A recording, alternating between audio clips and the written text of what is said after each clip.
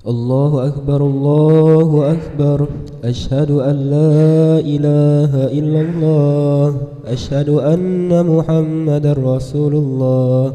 حي على الصلاة حي على الفلاح. قد قامت الصلاة قد قامت الصلاة. الله أكبر الله أكبر. لا إله إلا الله.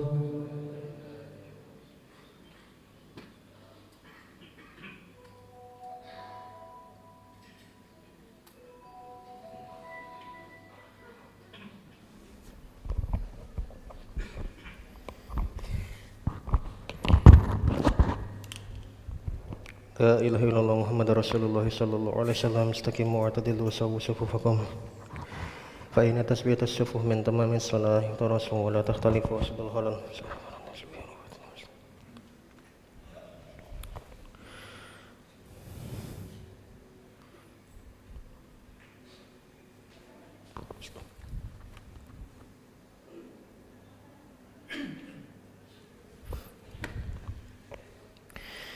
Allahu Akbar.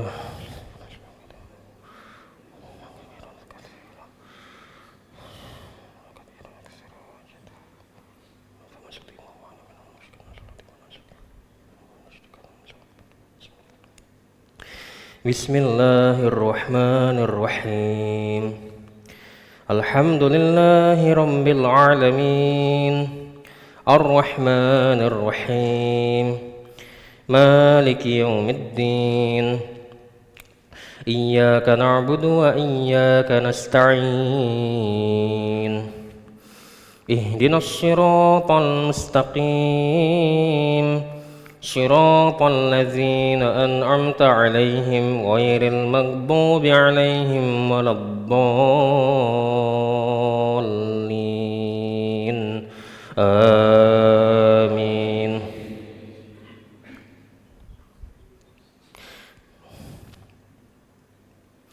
Bismillahirrahmanirrahim.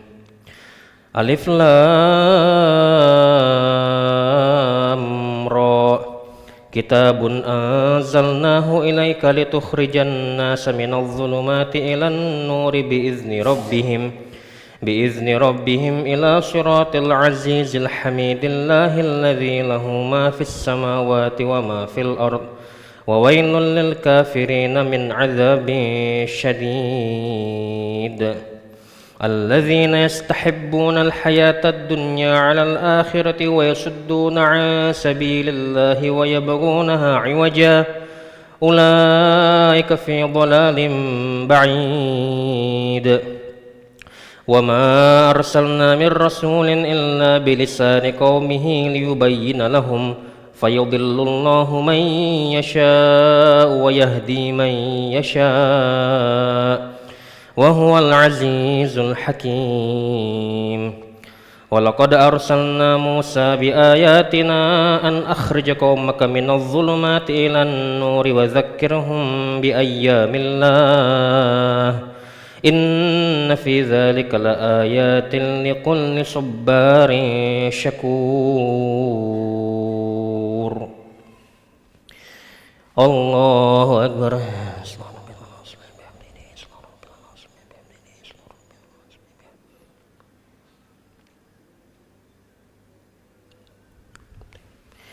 Sami Allah liman hamidah.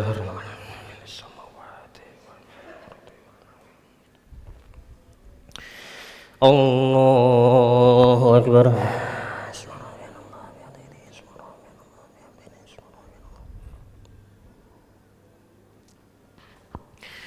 Allahu Akbar.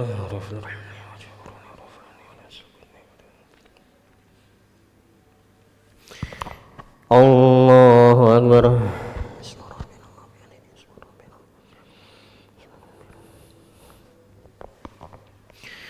Allahu Akbar. Bismillahirrahmanirrahim. Alhamdulillahi rabbil alamin. Ar-Rahmanir-Rahim.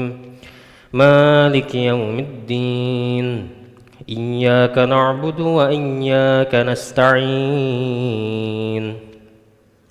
اهدنا الصراط المستقيم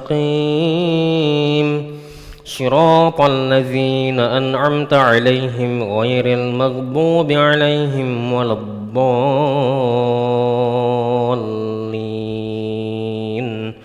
آمين.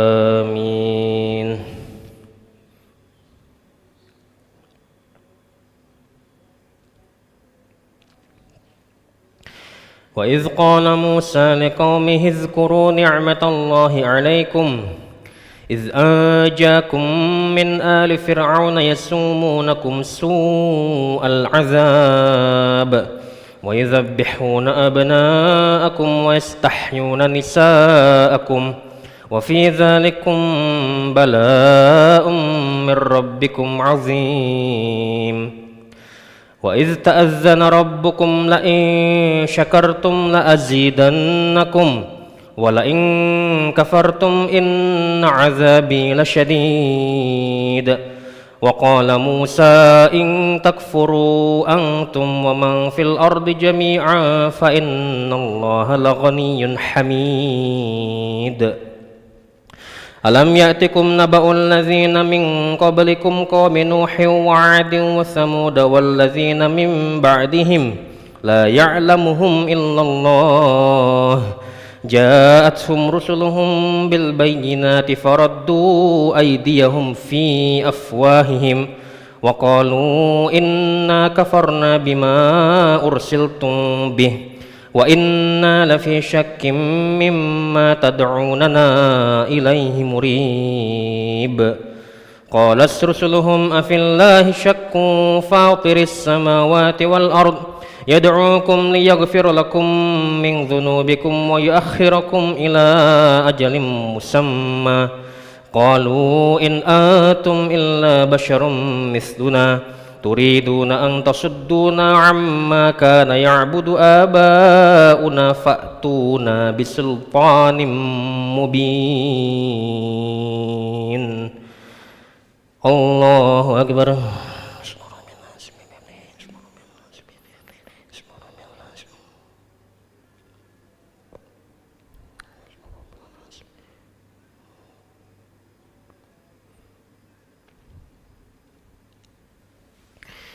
سمع الله لمن حمده.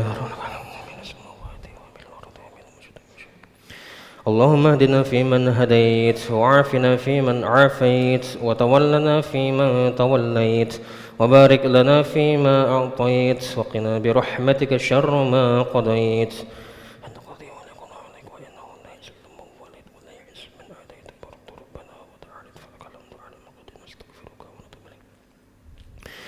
صلى الله على سيدنا محمد النبي الأمي وعلى آله وصحبه وبارك وسلم. الله أكبر.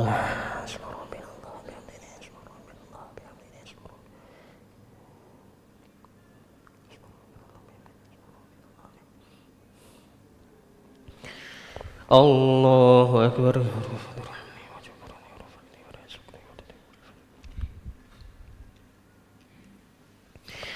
الله أكبر.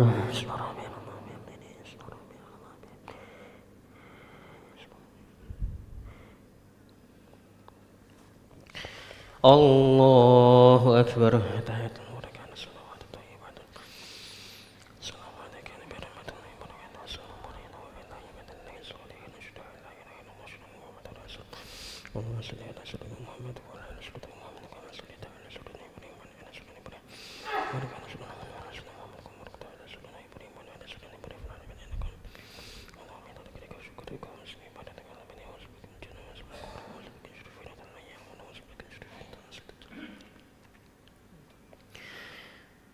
Assalamualaikum warahmatullahi. Assalamualaikum warahmatullahi.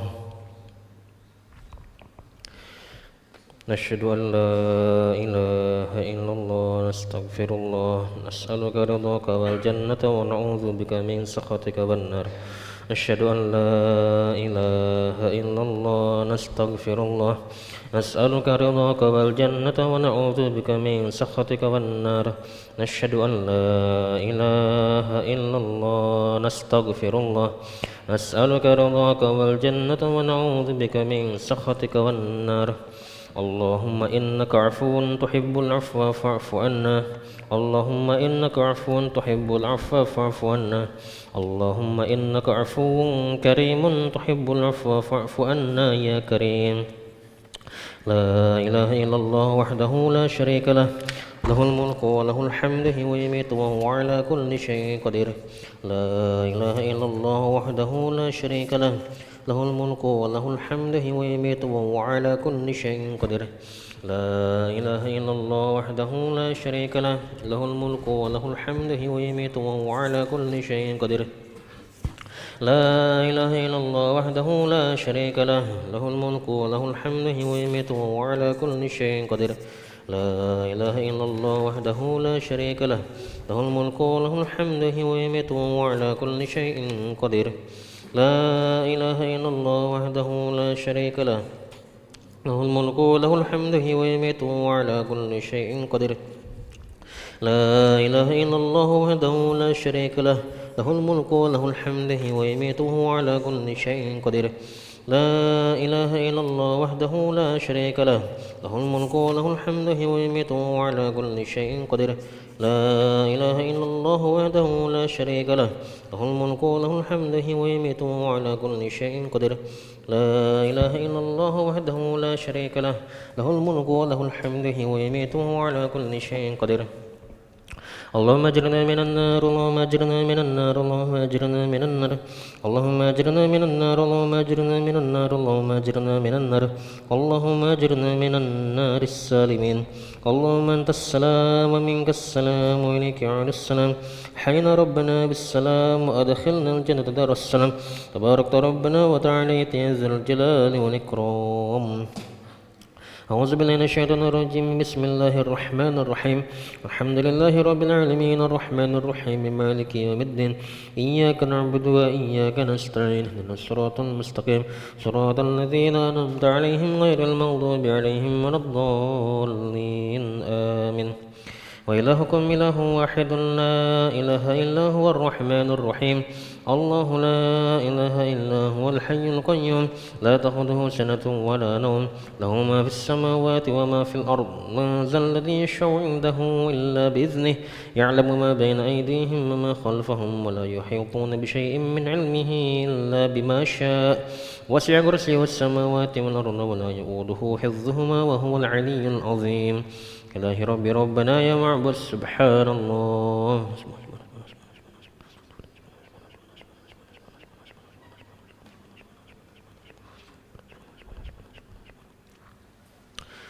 الله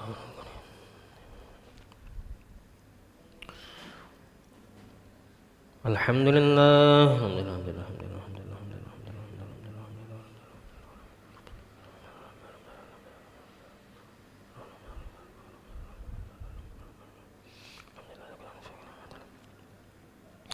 الله أكبر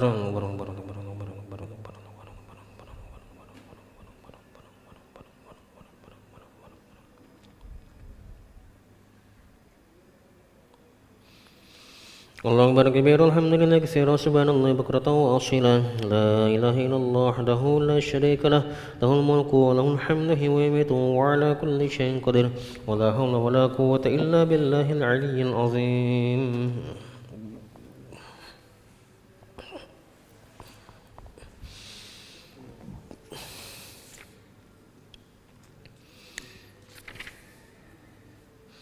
Bismillahirrahmanirrahim. Assalamualaikum warahmatullahi wabarakatuh. Pada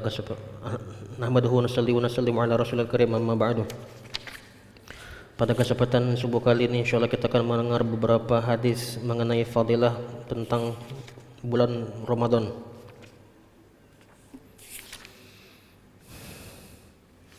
Dari sebuah hadis yang panjang yang artinya dari Salman radhiyallahu anhu berkata, Pada akhir bulan Sya'ban, Rasulullah SAW berkhutbah kepada kami. Beliau bersabda, "Wahai manusia, telah dekat kepada kalian bulan yang agung lagi penuh berkah, bulan yang di dalamnya terdapat satu malam yang lebih baik daripada 1000 bulan, bulan yang di dalamnya Allah menjadikan puasa sebagai kewajiban dan bangun malam sebagai sunnah.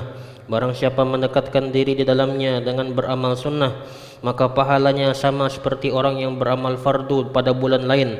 Dan barang siapa beramal fardu di dalamnya, maka pahalanya seperti orang yang beramal 70 amalan fardu di bulan lain. Inilah bulan kesabaran dan pahala sabar adalah surga. Inilah bulan kasih sayang, bulan saat rezeki seorang mukmin ditambah. Barang siapa memberikan makan, berbuka kepada orang yang berpuasa, maka itu menjadi ampunan bagi dosa-dosanya dan mendapatkan pahala yang sama tanpa mengurangi pahala orang yang berpuasa." Mereka berkata, "Wahai Rasulullah, tidak setiap kami memiliki kesempatan atau makanan untuk diberikan kepada orang yang berbuka puasa."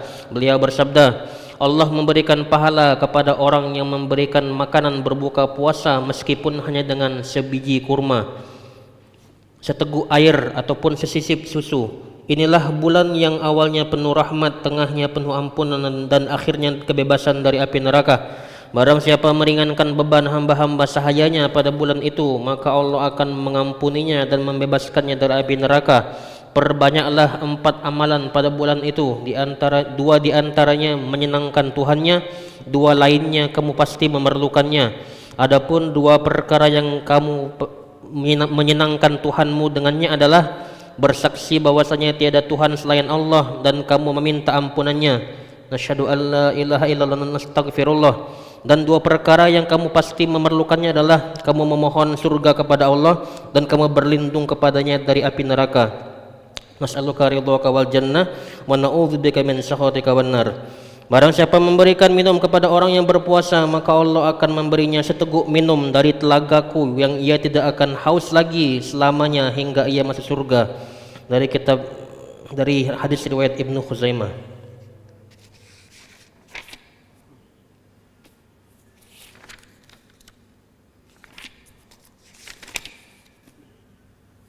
Di akhir hadis di atas, Rasulullah SAW menganjurkan 4 hal agar kita mengamalkannya sebanyak mungkin pada bulan Ramadan, yaitu kita membaca kalimat thayyibah, beristighfar, memohon masukkan surga dan berlindung dari jahannam, yaitu dengan ucapan asyhadu an la ilaha illallah, nastaghfirullah, nas'aluka ridhaka wal jannah wa na'udzubika min sakhatika wan nar. Dengan demikian, kapan saja ada waktu luang, anggaplah itu sebagai suatu kebahagiaan untuk beramal. Apa sulitnya kita membiasakan lidah dengan bersolawat atau mengucapkan kalimat thayyibah dalam kesibukan sehari-hari. Kemudian Rasulullah SAW bersabda tentang keutamaan dan adab bulan Ramadan. Pertama, bulan Ramadan adalah bulan kesabaran. Oleh sebab itu, walaupun mengalami kesulitan berpuasa, hendaklah dihadapi dengan riang dan sabar. Jangan berkeluh kesah seperti perilaku orang-orang ketika bulan Ramadan jatuh pada musim panas. Demikian juga jika tertinggal sahur, tetaplah berpuasa setelah subuh. Dan jika merasa letih saat tarawih, bersabarlah dengan penuh kegembiraan. Jangan menganggapnya sebagai suatu musibah, karena hal itu akan menghilangkan pahala. Jika untuk mendapatkan keduniaan saja kita sanggup menahan lapar dan haus, mengapa kita tidak mampu menahan sedikit kesulitan untuk mencari ridha Allah? Selanjutnya beliau bersabda bahwasanya inilah bulan kasih sayang, yaitu meningkatkan bantuan kepada fakir miskin.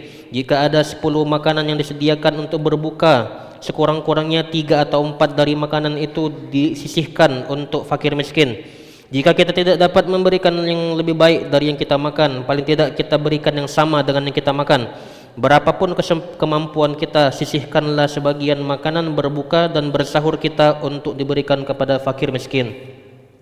Dalam setiap urusan, para sahabat merupakan contoh nyata bagi kita. Keteladanan amal soleh mereka telah terbuka untuk kita ikuti. Terdapat ratusan bahkan ribuan peristiwa pada diri mereka yang dapat membuat kita kagum. Salah satu contohnya seperti yang diriwayatkan oleh Abu Jaham radhiyallahu anhu, ketika berlangsung perang Yarmuk, ia berkata, "Aku pergi mencari saudara sepupuku dengan membawa kantung kulit berisi air untuk minum dan untuk mengobati lukanya jika ia masih hidup. Aku menjumpainya sedang terkapar dan sekarat. Aku bertanya apakah ia memerlukan air. Ia memberikan isyarat mengiyakan. Kemudian ketika itu terdengar rintihan seseorang di dekatnya. Ia menunjuk ke arah tersebut dan menyuruhku agar memberikan air kepada orang itu. Aku pun mendatangi orang itu. Ketika aku hendak memberinya air, terdengar lagi suara rintihan di dekatnya. Orang itu pun mengisyaratkan tangannya kepada orang ketiga. Lalu aku pun pergi memberi minum kepada yang terlebih dahulu. Aku mendatangi orang ketiga, tetapi begitu aku sampai di sana nyawanya telah tiada. Aku kembali ke orang kedua, ternyata ia pun telah meninggal dunia. Dan ketika aku kembali ke saudara sepupuku, ternyata ia pun juga telah meninggal dunia. Demikianlah sifat para sahabat pendahulu kita. Mereka merelakan air minum mereka untuk orang lain ketika mereka sendiri sedang membutuhkannya. Semoga Allah Subhanahu wa taala meridhai mereka dan memberikan kita kemampuan agar kita dapat mengikuti langkah-langkah kehidupan mereka. A'udzubillahi minasyaitonir rajim. Bismillahirrahmanirrahim. Alhamdulillahi rabbil alamin hamdan syakiran hamdan na'iman hamdan yu'afi ni'amahu wa yukafi mazidah. Ya rabbana lakal hamdu kama yanbaghi li jalalika al-karimi wa li 'azimi sultanik. Allahumma shalli 'ala sayyidina Muhammad wa 'ala ali sayyidina Muhammad. Rabbana zalamna anfusana wa illam taghfir lana tarhamna lanakunanna minal khasirin. ربنا اغفر لنا ذنوبنا وذنوب والدينا وارحمهم كما ربونا صغارا ولجميع المسلمين والمسلمات والمؤمنين والمؤمنات الأحياء منهم والأموات برحمتك أرحم الراحمين ربنا لا تزغ قلوبنا بعد إذ هديتنا وهب لنا من لدنك رحمة إنك أنت الوهاب اللهم أرنا الحق حقا وارزقنا اتباعه وارنا الباطل باطلا وارزقنا اجتنابه اللهم أعنا على ذكرك وشكرك وحسن عبادتك يا مقلب القلوب ثبت قلوبنا على دينك يا مصرف القلوب صرف قلوبنا على طاعتك ربنا لا تجعلنا فتنة للقوم الظالمين ونجنا برحمتك من القوم الكافرين ربنا افرج علينا صبرا وتوفنا مسلمين ربنا اجعلنا مقيمين الصلاة ومن ذريتنا ربنا وتقبل دعاء ربنا آمنا بما أنزلت واتبعنا الرسول فاكتبنا مع الشاهدين ربنا إننا آمنا فاغفر لنا ذنوبنا وقنا عذاب النار ربنا آمنا فاكتبنا مع الشاهدين وما لنا لا نؤمن بالله وما جاءنا من الحق ونطمع أن يدخلنا ربنا مع القوم الصالحين ربنا آمنا فاغفر لنا وارحمنا وأنت خير الراحمين رب اغفر وارحم وأنت خير الراحمين اللهم الحمنا مراشد أمورنا وإذنا من شرور نفوسنا اللهم اهدنا واهد بنا واهدنا جميعا واجعلنا سببا لمن اهتدى يا حي يا قيوم برحمتك نستغيث أصلح لنا شأننا كلها ولا تقلنا إلا أنفسنا طرفة عين ربنا هب لنا من أزواجنا وذريتنا قرة أعين واجعلنا للمتقين إماما ربنا آتنا في الدنيا حسنة وفي الآخرة حسنة وقنا عذاب النار وصلى اللهم على سيدنا محمد النبي الأمي وعلى آله وصحبه وسلم بفضل سبحان ربك رب العزة عما يصفون وسلام على المرسلين والحمد لله رب العالمين تقبل الله منكم صلى الله على محمد صلى الله عليه وسلم صلى الله على محمد صلى الله عليه وسلم صلى الله على محمد صلى الله